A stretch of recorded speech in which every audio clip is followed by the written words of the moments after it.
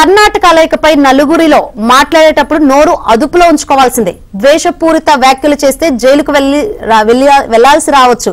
ఆ దిశగా సీఎం సిద్దరామయ్య ప్రభుత్వం చర్యలు తీసుకుంటుంది. శాసనసభ శీతాకాల సమావేశాల్లో విద్వేషపూరిత వ్యాఖ్యల వ్యతిరేక బిల్లును ప్రవేశపెట్టింది. కులం, సమాజం, లైంగిక, జన్మస్థలం, ధార్మిక అంశాలను ప్రస్తావిస్తూ ఇతరులకు బాధ కలిగించేలా వ్యాఖ్యలు చేస్తే జరిమానా, జైలు శిక్ష విధించాలన్నది ఈ బిల్లు ఉద్దేశం.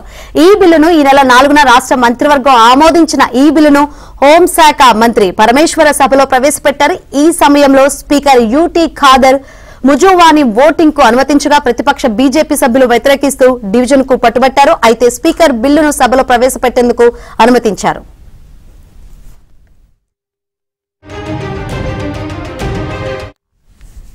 ఈ బిల్లు చట్టరూపం దాలిస్తే ప్రజా జీవితంలో ఉన్న వ్యక్తి లేదా సమూహం లేదా మరణించిన వారిపై ఉద్దేశపూర్వక వ్యాఖ్యలు, రాతలు, దృశ్య, ఎలక్ట్రానిక్ సమాచార వ్యవస్థల ద్వారా చేసే దుష్ప్రచారం చేసే ప్రతి చర్యను ద్వేషపూరిత వ్యాఖ్యలుగా పరిగణిస్తారు. ఇలాంటి వ్యాఖ్యలు చేసిన వారికి తొలిసారి 7 ఏళ్ల నుంచి 7 ఏళ్ల పాటు జైలు శిక్షతో పాటు 50,000 జరిమానా విధిస్తారు. పునరావృతమైతే 2 ఏళ్ల నుంచి 10 ఏళ్ల వరకు జైలు శిక్షతో పాటు ₹1,00,000 జరిమానా విధిస్తారు. ఈ నేరాలను నాన్ బెయిలబుల్ కేసులుగా పరిగణిస్తారు.